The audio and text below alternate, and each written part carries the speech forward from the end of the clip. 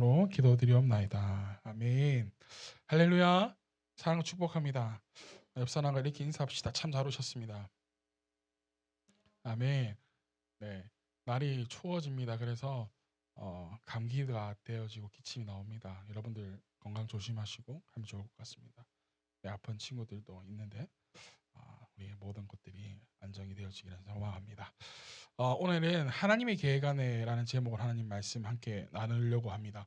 지난 주일에는요 안식일에 대해서 우리가 함께 나눴어요. 안식일. 안식일은 어떤 날이냐? 이 땅에서 누릴 수 있는 뭐라 그랬어요? 하나님 나라의 모형이다. 그래서 유대인들이 안식일을 가장 중요하게 여기는 게 하나님 나라를 체험할 수 있는 날이라고 생각했기 때문인 거죠. 그리고 우리가 지금 안식일을 지키는 게 아니라 무엇을 지키죠? 주일을 지키면서 예배를 드리죠. 그죠? 그래서 주일은 주님의 날, 주님의 부활을 기념하면서 우리가 지키는 게 이 주일인데, 이 주일 예배가 안식일, 유대인들이 지키는 그 안식일처럼 하나님 나라를 누릴 수 있는 시간이 되어지기를 소망합니다. 아멘. 그래서 이곳에 오면 쉼이 있고, 이곳에 오면 내가 우월했던 감정들이 사라지고, 이곳에 오면 내가 아팠던 것들이 치유되어지고, 하나님의 함께 하심이 느껴지는 그러한 예배와 주일이 되어야 될 줄로 믿습니다. 그래서 내가 있는 곳, 이 주일이 집에서나 어디에서나 이 하루만큼은 정말 하나님께서 나에게 부어주시는 놀라운 그 은혜가 우리 삶 가운데 있기를, 여러분 가운데 있기를 간절히 축복합니다. 그래서 주님의 날은 주일이고 또 예수님께서 주인 되시는 날이지만, 이 날은 사실 죄인이었던 우리를 위해서 있는 날이기도 한 거죠.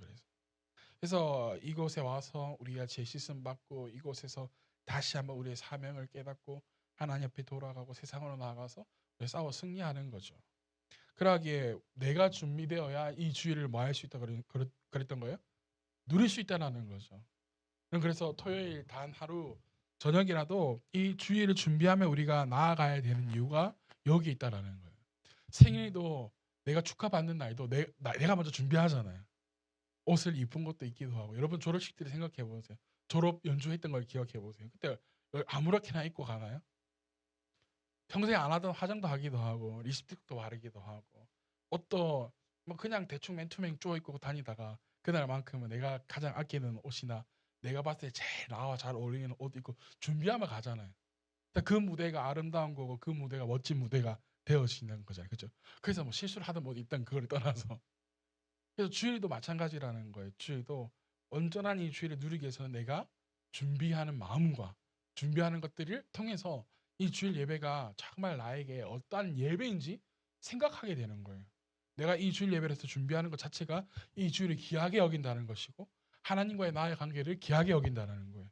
그러하기 때문에 내가 준비되어져야지 내가 온전히 예배 가운데서 누릴 수 있는 거예요. 아멘. 아무렇게나 살아오고 바쁘게 살아오다 그냥 여기 앉아 있는 것만으로도 잘한 거지만, 그게 아니라 우리는 이제 그것을 뛰어넘어야 된다는 거죠. 여러분들 어디를 가든지 말이에요. 오늘은 이제 안식일 그다음 우리 절기 가운데 또 뭘 이제 오늘 보냐면 유월절에 대해서 함께 나눌 거예요. 유월절에 대해서 여러분들과 함께 여러 번 나누었습니다. 여러분 기억나는지 모르겠어요. 유월절 하면 뭔지 이야기할 수 있겠어요? 유월절은 뭔지 이야기할 수 있겠어요 혹시? 수없이 제가 유월절에 대해서도 우리 출애굽기 하면서 애굽 나올 때 이야기하면서 여러 번 한 것 같은데, 다시 한번 되새겨 보면서 똑같은 이 레파토리 안에서, 성경 사실 똑같은 이야기인데 레파토리 안에서 우리가 오늘 무엇에 집중할 것인가 유월절에 대해서 함께 나누었으면 좋겠습니다. 하나님께서는요 절기 가운데 역사하세요. 절기 가운데 사실은 이 애굽에 있었던 이 하나님의 백성 이스라엘 백성들도 무엇을 지키게 나온 거예요? 하나님께 예배, 절기를 지키게 나왔다고요. 그래서 이 절기 가운데 역사하시는 게 하나님께 귀한 거죠. 그러니까 이스라엘 백성들은 원래 절기를 지키는 게 아니었어요. 이스라엘 노예로 있을 때. 그런데 나의 절기를 지키기 위해서 이 백성을 보내라 그러거든요. 예배를 드리기 위해서 보내라 그러거든요. 그러한 역사가 일어날 때 애굽에서 나올 때에 생겨난 게 뭐예요? 유월절인 거죠. 초시절이고 무교절인 거예요. 여러분 초시절 무교절 제가 여러분들에게도 한번 말했는데 뭔지 잘 모르죠? 몰라도 돼요. 그냥 이게 있구나라는 정도 생각하면 될 것 같아요. 오늘 본문 우리가 읽었던 요한복음은 예수님께서 십자가에서 죽으신 때에 대한 이야기를 하고 있어요. 그래서 예수님을 죽이기 위해서 앞장섰던 사람들이 예수님의 시체를 빨리 치워달라고 요청하죠. 우리가 읽었던 19절에 29절에 보면 32절에 보면 그냥 두지 않으려고 십자가에 그냥 두지 않으려고 그 시체의 다리를 꺾어서 뭐 해달라 했어요? 치워달라고 요청하죠. 그죠? 그 이유가 뭐예요? 왜 빨리 치워달라고 그랬어요? 안식일에 시체를 그냥 두지 않으려고. 왜? 시체 있으면 치워야 되는데 안식일에는 할 수가 없으니까 치워달라는 거죠. 안식일에는 할 수가 없는 거예요. 그래서 21절에 안식일에 두지 않기 위해서 빨리 치워달라 그래요. 그러면서 이 안식일인데 안식일 준비날인데 또 무슨 준비날이래요? 31절에 보니까 안식일하고 또 나오는 게 있죠. 오늘 뭐에 대해 한다 그랬어요? 유월절. 유월절 준비일이기도 하다 그러는 거예요. 이때 예수님의 그 시체를 옮길 때에 시체를 그냥 옮기는 게 아니라 한 가지 더 요청하죠. 무엇을 요청하나요? 무엇을 꺾어달라고 해요. 다리를 꺾어달라고 그래요. 다리를 꺾어서 시체를 옮겨달라고 그래요. 왜 시체의 다리를 꺾어서 옮겨달라고 그랬을까요? 죽은 것을 확실하기 위해서요. 십자가의 천형은 우리가 아는 것처럼 두 손과 두 발에 뭐가 박혀요? 못이 박히죠. 그래서 그 상태로 기둥에 똑바로 세워지면 십자가가 세워지면 체중이 어디에다 실릴까요? 못에 체중이 실리는 거죠. 아주 고통스러운 거예요. 그런데 숨을 쉬기 위해서는 어떻게 해요? 몸이 살짝 들리죠. 십자가에 있으면 더 그게 더 심해요. 들릴 때에 그 고통이 엄청나거든요. 그런데 거기서 다리를 이제 꺾어버린다는 것은 이제는 이 체중이 완전히 못에 완전 다 실려가지고 극심한 고통을 느끼게 되어 있다는 거예요. 그래가지고 다리를 꺾으면 우리가 뭐라 그래야 될까? 쇼크사라 그래야 되나요? 지식사 쇼크샷처럼 그렇게 금방 죽어버린대요. 그런데 오늘 우리가 읽은 본문에 보면 예수님의 그 시체의 다리는 꺾었을까 안 꺾었을까요? 꺾지 않았대요. 예수님과 함께 못 박혔던 좌우에 있던 사람들은 다리를 어떻게 했어요? 꺾었대요. 근데 예수님의 다리를 꺾지 않았대요. 왜? 이미 죽어 있었기 때문에. 그리고 창으로 옆구리를 찔렀더니 피가 쏟아지고 물이 쏟아지고 완전히 죽었다라는 거죠.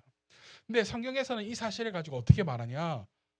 예수님의 시체의 다리를 꺾지 않은 것은 무엇이 이루어지기 위해서? 우리 한번 볼까요?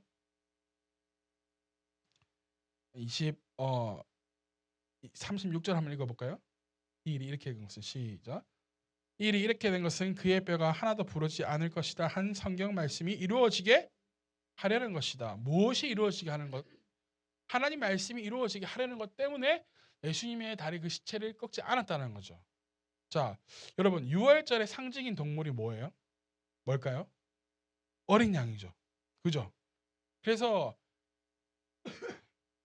애굽에서 모세를 통해서 나오게 할 때에 바로가 나오게 하지 못하니까 하나님께서 몇 가지 재앙을 보내시죠?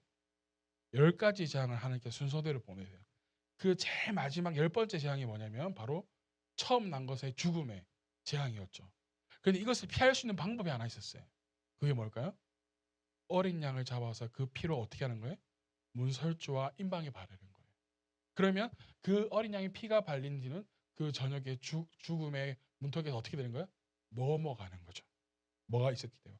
어린 양의 피가 덮였기 때문에. 그래서 그 죽음의 재앙이 그 집을 넘어가는 거예요. 누구나 알 것 없이 어린 양의 피를 바른 집은. 여기서 대표하는 그 어린 양이 누구를 상징하는 거냐면 바로 예수님을 상징하는 거예요. 그 양의 피로 죽음을 어떻게 한 거예요? 피했고 그 양을 불에 구워서 먹으라 그래요. 그게 지켜지는 게 6월절이거든요. 그래서 이 고기를 바삭 구워서 먹고 그리고 또 한 가지가 있어요. 뭐를 꺾지 말아야 되냐면 뼈를 꺾지 말아라고 이야기해요.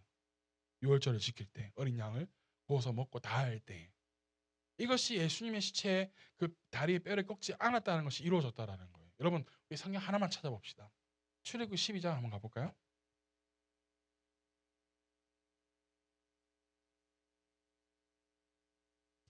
출애굽기 12장 46절 한번 볼까요?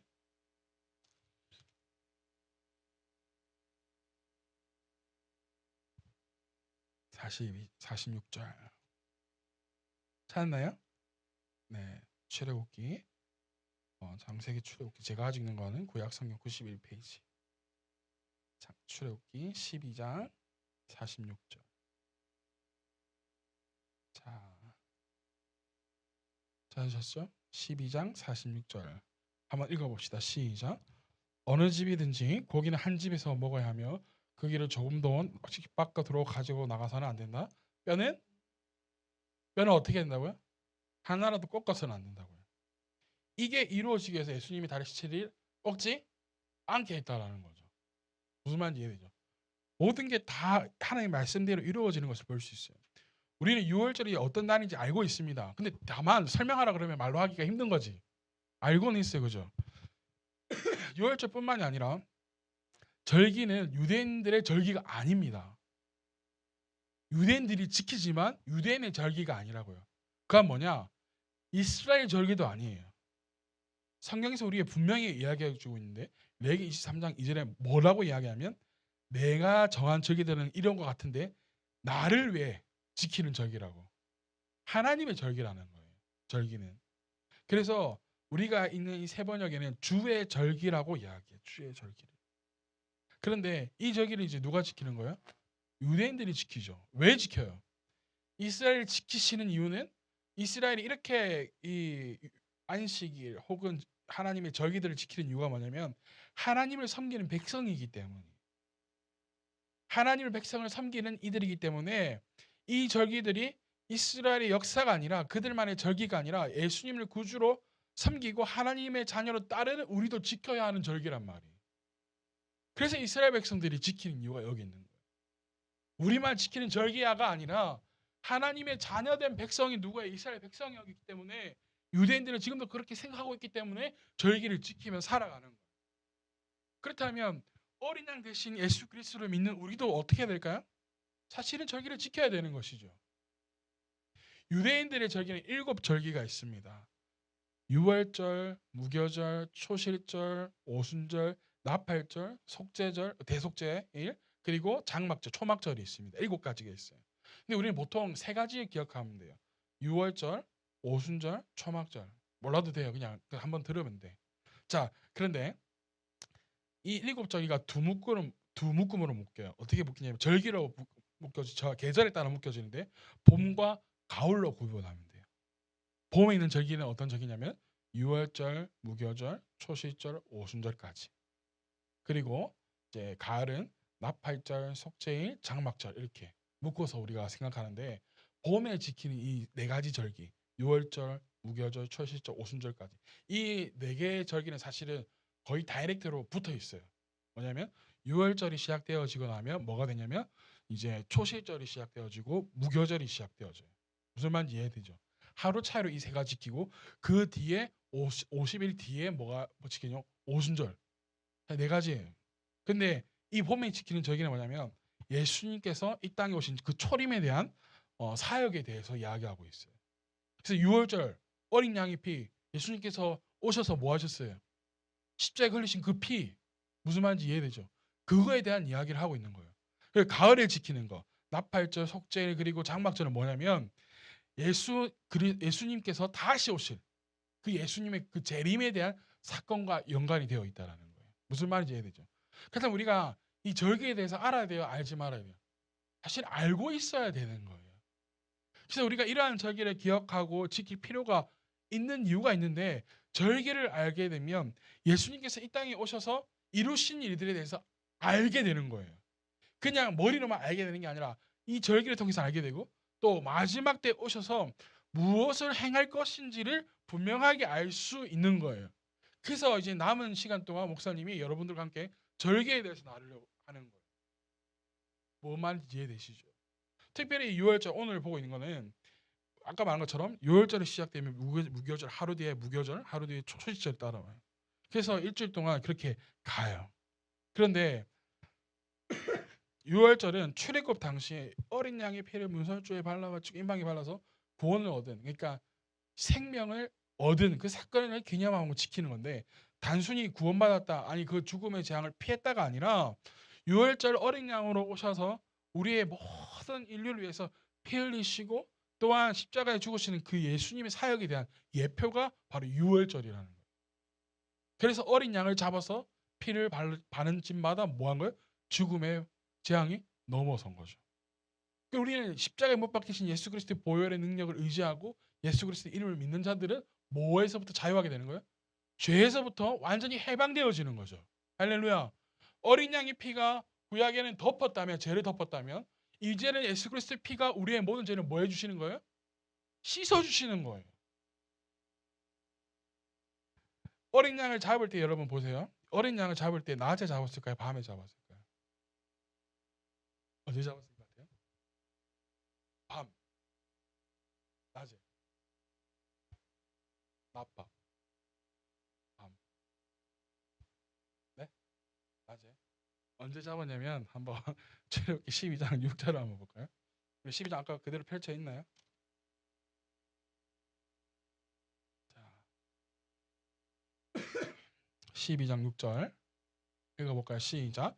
너희는 그것을 이달 열 나흘 날까지 두었다가 해질 무렵에, 자 언제 그러면 밤인 거 저녁 때 잡는 거예요. 그리고 우리 마태복음을 한번 넘어가 봅시다. 마태복음 27장.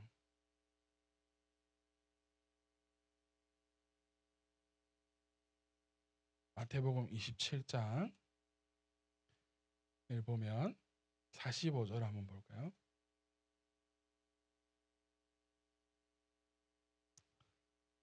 시작.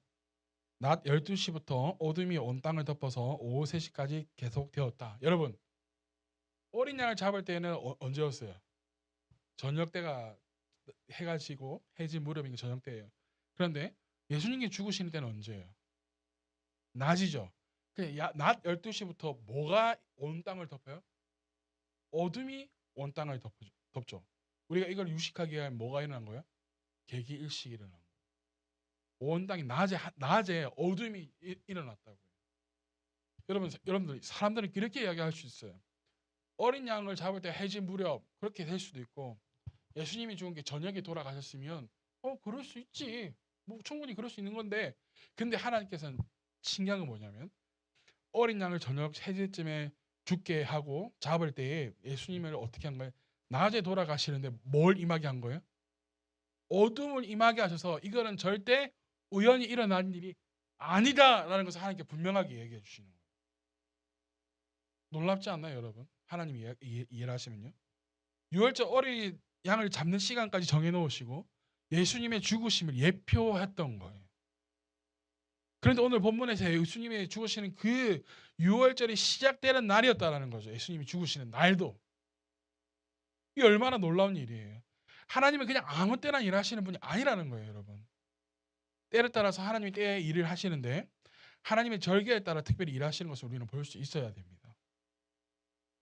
그래서 제가 여러분들에게 한 달 전쯤에 이야기했죠. 성령에 대한 이야기하면서 올해 이스라엘 그 역으로 올해는 뭐다? 성령의 기름 부으심이 있는 거다. 그런데 막혔던 문, 닫혔던 문을 뭐 하는 해다? 여는 해다. 할렐루야. 아멘. 그래서 우리가 기대해야 돼요. 어떻게? 하나님께서 나에게 어떠한 복을 주실지에 대한 것. 아멘. 이것을 기도할 수 있는 자들이 되어야 될 줄 믿습니다. 하나님은 그래서 때를 따라 일하시는데 우리는 그러하게 하나님의 절기의 시간에 주목할 필요가 우리 여기 있는 거예요. 그 절기를 통해서 우리에게 무엇을 알게 하기를 원하시지? 라는 거죠. 그리고 우리가 그 하나님의 계획 안에 포함되어 있어야 된다. 오늘 제목이 유월절에 대한 이야기지만 제목이 뭐냐면 하나님의 계획 안에 있는 거예요. 하나님의 계획 안에. 유월절은 이스라엘 백성들이 애굽에서 벗어나 자유함을 얻게 된 해방된 사건이에요. 그것을 기념하는 날이에요. 이 날은 이스라엘 백성들의 구원이 얻은 날이고 가장 기쁜 날입니다. 하나님의 특별한 보호심을 얻었고 또 하나님의 특별한 인도하심을 기억하는 날이에요. 이 사건은 우리가 조금 전에 살펴보았던 것처럼 예수님께서 유월절 동안 십자가 달리심으로 인하여서 인류를 구원하신 구속의 사역과 연결되어지는 거예요. 그래서 예수님을 유월절 어린 양으로 비유하고 그리스도 예수님의 희생이 우리의 구속을 나타내는 거예요. 이스라엘 백성들뿐만이 아니라 우리 모두는 유월절을 통해서 시작되어진 하나님의 구원의 역사와 예수 그리스도의 그 십자가 희생을 깊이 묵상하고 감사해야 한다는 거예요. 아멘. 출애굽기 아까 12장에 있었는데 그 12장에 보면 이렇게 질문할 거래요. 당신들의 아들 딸들이 이 유월절이 무슨 날이냐 물어볼 거래요. 그렇다면 이 유월절에 무엇을 했는지 가르쳐 줘라. 이 유월절의 절기가 이 제사가 어떤 날인지 그래서 그들에게 전하라라고 이야기하고 있어요. 그래서 유월절은 그냥 지키는 게 아니라 자녀들에게 이 유월절이 무슨 날인지 전하는 절기로 지켜야 했던 거예요. 이스라엘 백성들은. 그냥 하루 쉬는 날이 아니라 이 날에 내가 사랑하는 가족들에게 자녀들에게 하나님께서 우리에게 어떠한 구원의 은혜를 허락해 주셨지. 우리는 주일을 지키니까 주님의 날 부활을 기념하는 주님께서 그 부활을 하시기 위해서까지 그 가정이 나를 위해서 어떻게 해주셨지? 그것을 우리가 전하는 날이 되어야 한다는 거죠. 그래서 가만히 있는 날이 아니라 이것을 전하는 복음의 파수꾼들이 되어야 한다는 거예요. 우리가 내년 4월 12일이 6월절이에요. 그 무교절 초실절을 지킬 거예요. 보통 이때가 어떤 때냐면 우리가 사순절로 지킬 때.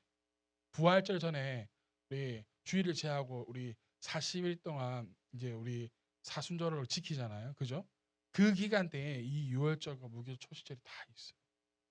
그래서 우리가 내년 부활절을 맞이하기 전에는 하나님께서 나에게 정말 어떤 일을 해 주셨지? 라면서 기념할 필요가 있다라는 거예요.